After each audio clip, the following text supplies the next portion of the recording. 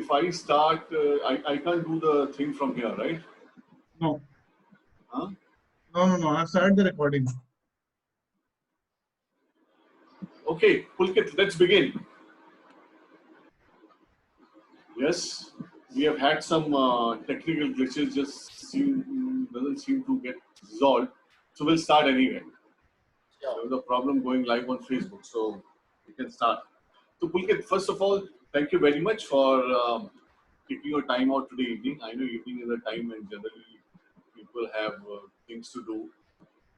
And in this lockdown, which is now the soft lockdown, at least people have started going out, meeting friends, meeting relatives, or people coming over. So some people have gotten busy, but at least you are here available to do this conversation. So thank you very much. Thank you for having me. Yeah. Okay. So I was reading about you, and it was pretty interesting that you started dancing at the age of 14. You Yes. started dancing at the age of 14. So when did you decide that you want to become a professional dancer and then become a teacher as well? So I always wanted to dance, and as you are saying, I started dancing professionally when I was 14. When I was in my school and all, I used to dance a lot, and I used to feel very good, like people applauding, and I used to like dance a lot. I used to study and dance. I mean, I was managing both together. So I started dancing professionally when I was 14, and by the time I was 16, I started teaching also. And then I realized teaching dance and dancing are giving me satisfaction at the same level. So 2 years. Are you saying 14 you started and 16 you started teaching? yeah, Wow. Okay. I was approached by someone to teach dance, and I wasn't start teaching, but suddenly I just thought it's an opportunity to do something new. So I just started teaching, and here I am, both as a dancer and a teacher today. So it's pretty interesting that within 2 years you get an opportunity to actually start teaching. So when you started teaching, did that add to your skill as a dancer as well? Yeah, when I was only learning and I was dancing, I was just focusing on my dancing and learning these styles and learning that. But when I got this opportunity to teach dance, I understood what is the difference between a dancer and a dance teacher. I mean, you need to have certain amount of that knowledge, and you need to understand the person you are teaching. It's a completely different atmosphere. So yeah, both are different things for me. And till today, I'm learning, and every day I get new students, and I learn a lot of new things. So it's quite interesting. So sometimes do students come up with some moves that leaves you saying, "Wow." So sometimes it happens. Some people when I see so when I teach different kind of people, all the bodies are different. So their interpretation of that move is also different. So sometimes I see, okay, this move can also be done like that, or this thing can also be done like that. So every day there's a new learning. Oh. So given that you've been dancing for so many years now, so who's your ideal? Whom are you inspired by? I'm my own ideal. Aha, okay. Yeah, I think you are as good as you can be. So I think I'll answer myself to that question. And I'm inspired by a lot of international dance artists of different dance genres. So yeah. Can you give a couple of names and the genres they are from? Different dancers, like from ballet to contemporary, like Martha Graham brought a lot of different concepts and things in contemporary dance, and there are a lot of ballet dancers, male ballet dancers, ballerinas. There are a lot of hip hop dancers.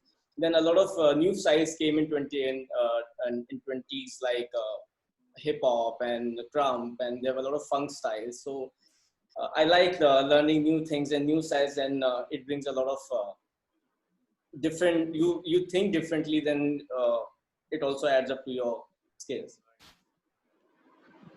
And in Indian weddings, when one goes, you see a lot of people doing snake dance, guys especially. That is I mean, I think they are experts. Nobody needs to train. They do the snake dance very well Yes, during yes. weddings. They have their own talent, and They no one really can. do it. Some of them are really good with that snake dance. Yeah, yeah. Hmm. So to learn dancing or join a dance class, what is the level of fitness one should have? uh, if you people join to dance class just to feel good and some to stay fit also. So I think these two factors are really common in a lot of people, and Yes. I think you need to be motivated to dance if you want to join a dance class. What level of fitness you are, that doesn't matter. So even if you are not you even if you're not much a strong dancer, or you are a normal person, or you are not much flexible, it doesn't matter. There's no level of fitness that way. You can just, if you want to dance, you can join for a dance class. उसके सवाल ये है कि कुछ तो fitness होना चाहिए. मालूम पड़ा 5 मिनट में धुआं निकल गया किसी का और अगले दिन से आया ही नहीं. It's not like that. So that's why I have curated this dance wellness.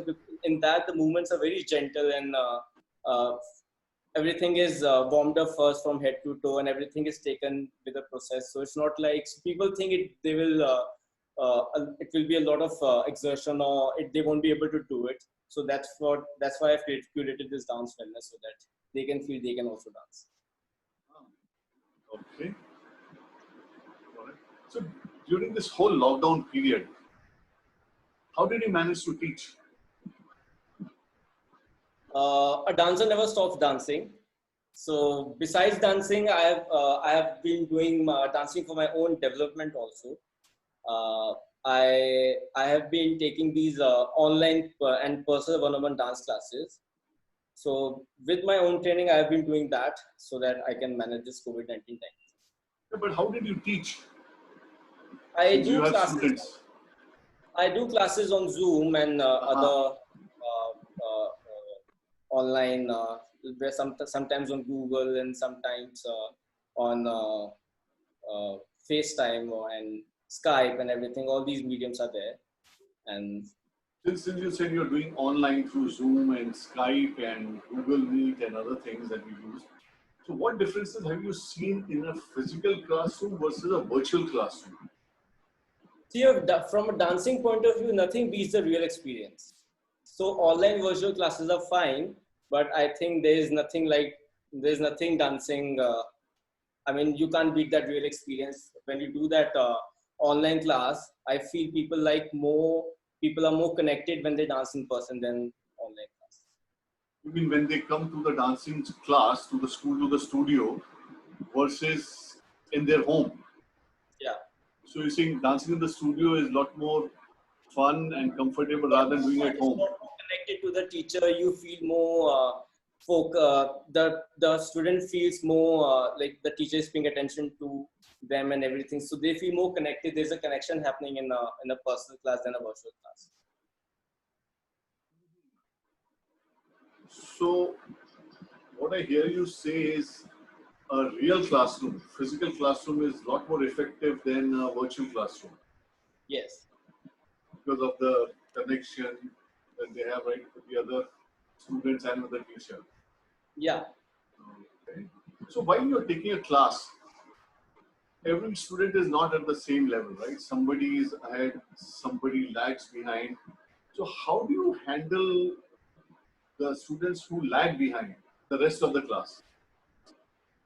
So see, right now I only teach small groups, and I ensure everyone has their fair share of personal attention, and they are under my watch. Yes. So it's very important for a dance teacher to motivate their students and to bring them to the best level they can. So I think that's how. And yet there are students, I mean, in everything, if you see, whether it's in sports or studies or the arts, whether it's music or dance or anything that you do, or even in painting, there are some who take off really quickly, move ahead, and they all start together, right? And there's some who kind of are slow. They're called laggards. How do you work with them? So I think see, again, I told you I only teach in small groups. There are like 4 to 5 people. So I make sure till like if I'm teaching some move, and till the time if everyone has got that move correctly or perfectly, then only I take the class Then you forward. move to the next level. Okay, so Yeah. so you make something sure like everyone the is class together. The class is conducted according to the levels of the people who are dancing. Ah, Always so like how do you inspire and motivate your students then? Pardon? You talked about that you motivate your students. How do you do that? How do you See, inspire them? when the students, it's very important for a teacher to motivate the students again, and the students see to their teacher. They see how the teacher is moving, how he is looking, how he's feeling, how he's dancing to that music. So all these factors are very important in motivating your students. So if I'm teaching some move, and I think if I'm doing it perfectly, I think my students will get motivated to do it at the same level. And there are a lot of other factors that you can use. It depends teacher to teacher and according to it. I'm sure. I'm sure. Um, so, what age group do you like to teach? The question is, what age group you like to teach? I know people must be from all age groups, but your personal kind of thing that I prefer this age group. Yeah. Anything like that? Any preference to a age group? Repeat that, please. So what age group do you prefer to teach? So see, at You Can Dance, our youngest dancer is 4 years old, and our eldest dancer is 86, and they both are Wow. energetic, and they both are confident, and they both have that dancing motivation. So I think there is no age, or there is no a fitness level. There are no bars for dancing. If you want to dance, you just dance. Hmm. So I like all age groups, you can say. There's nothing like I like to teach children or kids or ladies or guys or senior citizens. I just love teaching. And You Can Dance is open to all, so anyone can come and they can learn dance. Of course. You know, just to share with you, I'm also a very, very good dancer. I'm sure. I'm Yeah. getting the tip. So when I go on the dance floor and dance, everybody leaves the floor. It's okay. It's perfect. That's because you're dancing so well, everyone wants to see what dance you're doing. Yeah, sure. You get the joke, right? Why everyone leaves the floor. Yes, I know. Okay, so since you've been dancing since the age of 14 and you're a professional dancer, you're teaching, you have your own studio now. So how has this helped you evolve as a person? See, I think a lot of people use meditation and everything to find answers and understand themselves. So I think dancing is a kind of meditation for me. I found myself because of dancing. Hmm. Say something more. I like dancing So like how have you evolved? I got that you found yourself, your self-expression in Yeah. dance. So how has it helped you evolve?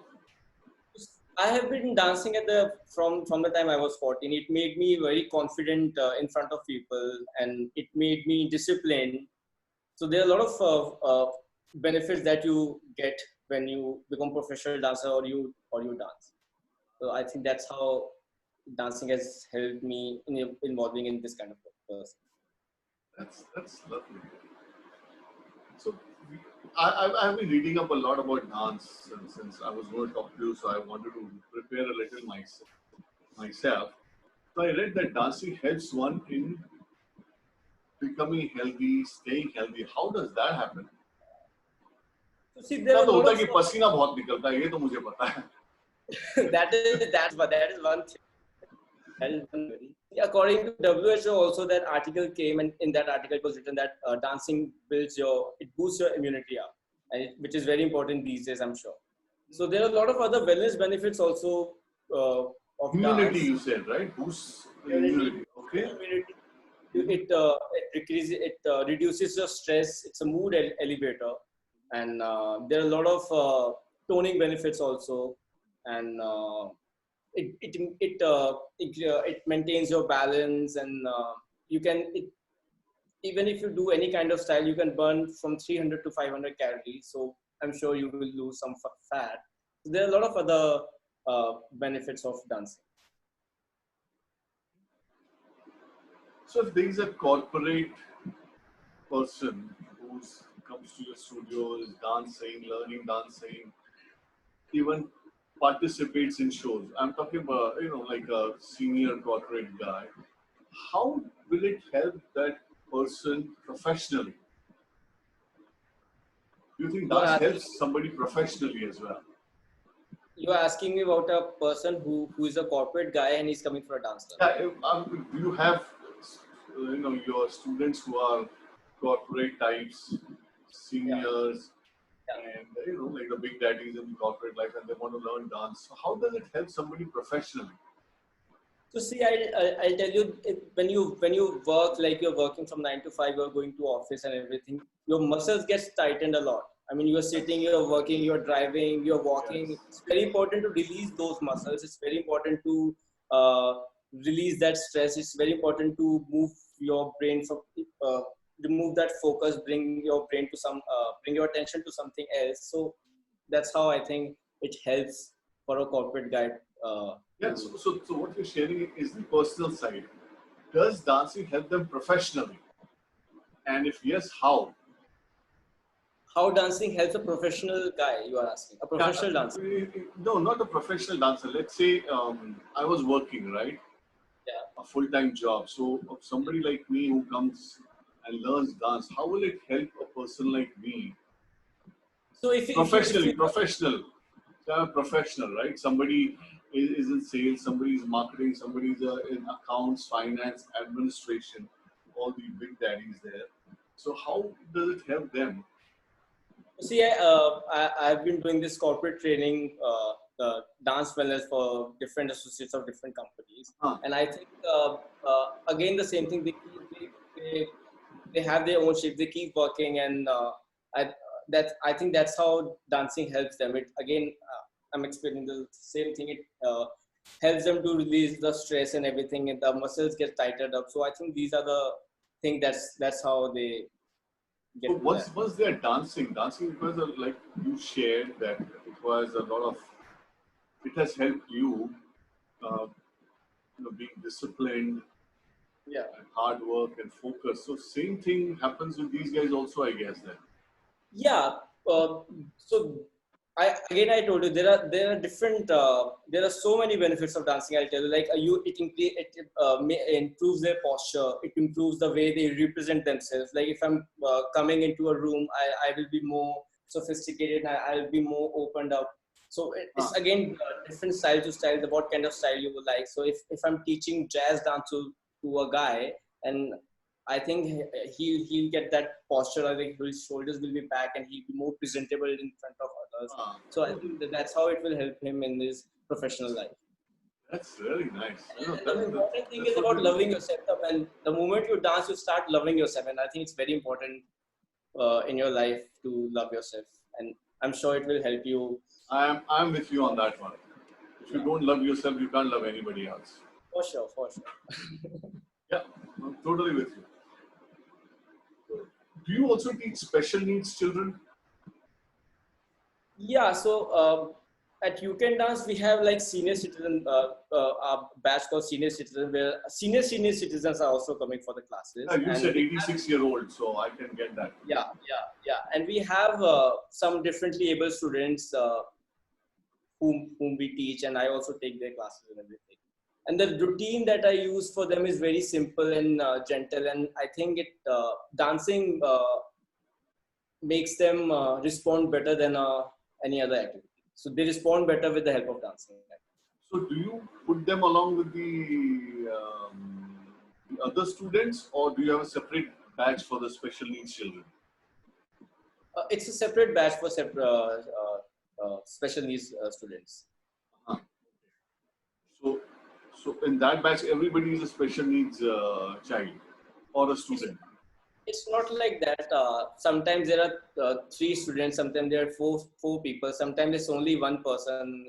So it's again person to person. It's not like if a special needs student is a is there in a batch, so I'll treat him differently or I'll teach him differently because he's a special need person or he's I just treat him normally, and I think that's how it Sure. helps Sure. and that's I how it mean, yeah. when they are willing to learn dance, so who are we Yeah. to stop anybody?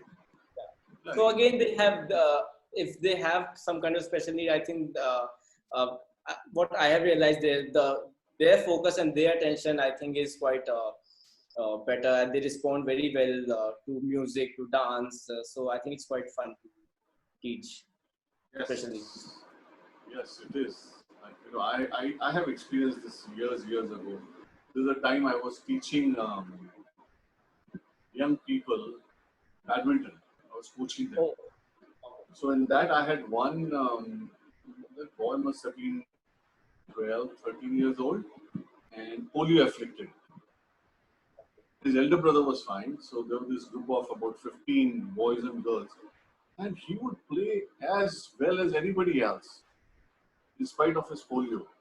He yeah, would sure. move really quickly on the court, and that left me surprised because when his mother came to me, I was a little apprehensive of how am I going to teach this child.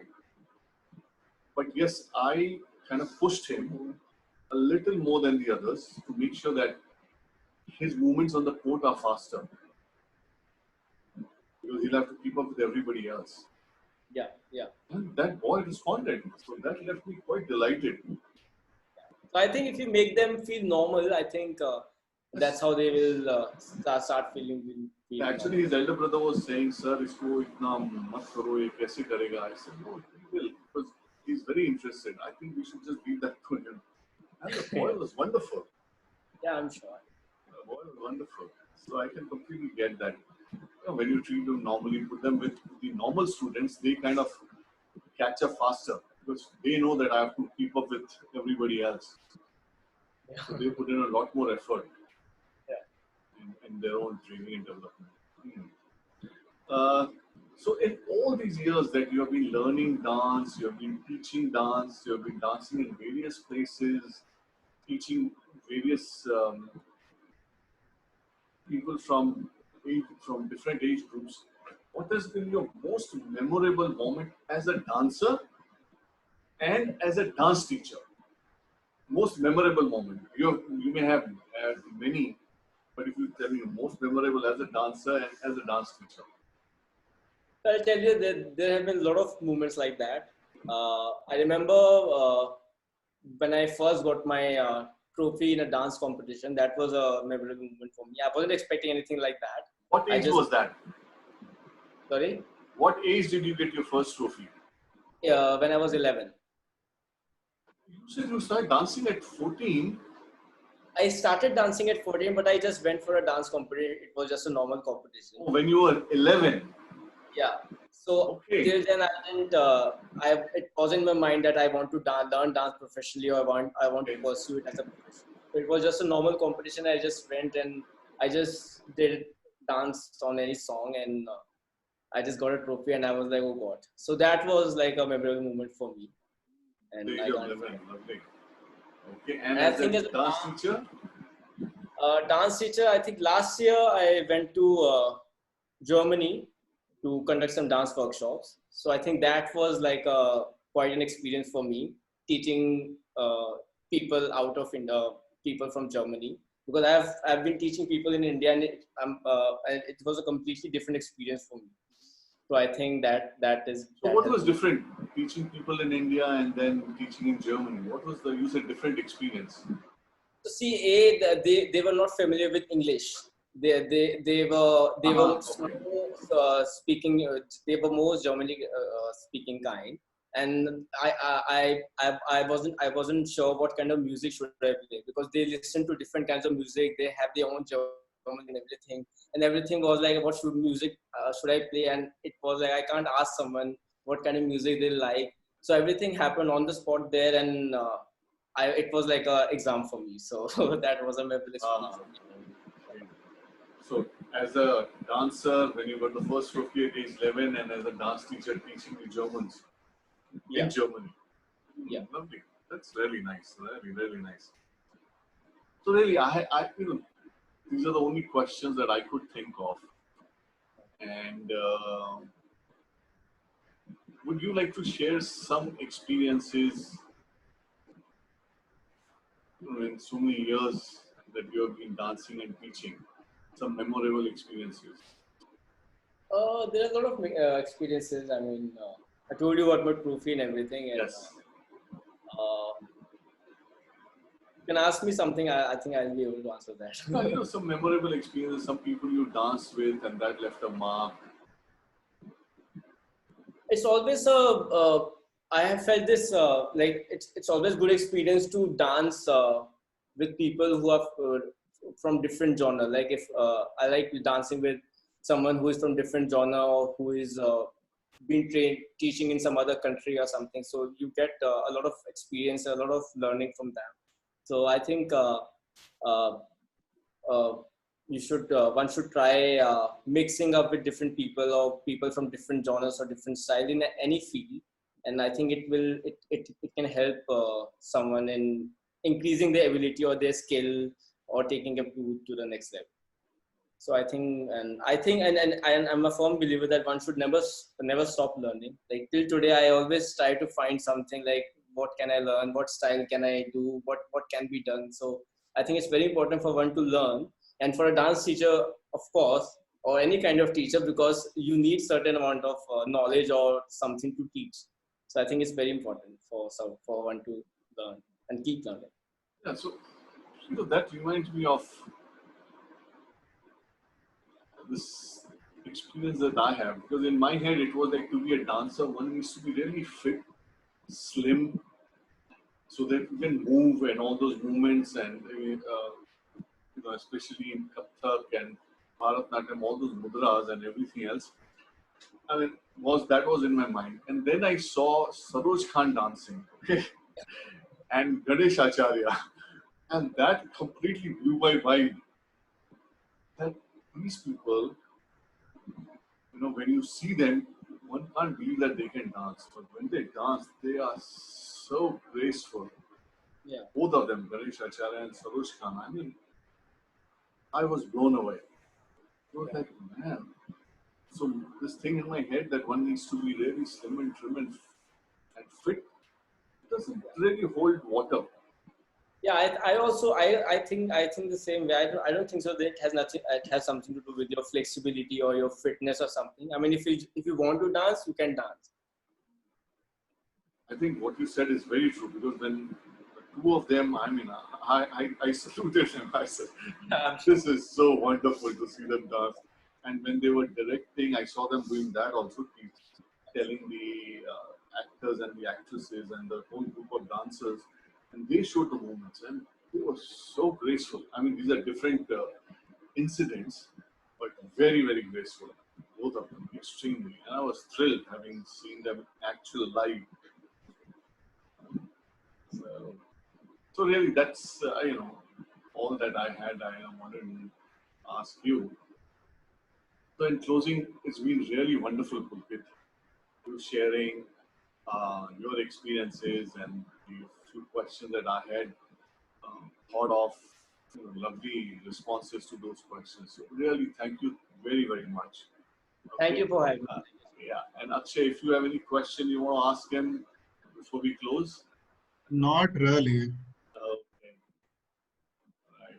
Okay. Thank you, Akshay. Thank you for recording this. Okay. Pulkit, thank you. Sorry, we couldn't go online on Facebook. I don't know what is happening. There's apparently some issue with the Facebook Zoom integration API. I was Okay. reading online, so that's why nobody's been able to go live through Zoom. So they're fixing that. Okay. It should be done in a few days. No problem. Unfortunately, it had to happen today. It has happened. That's it.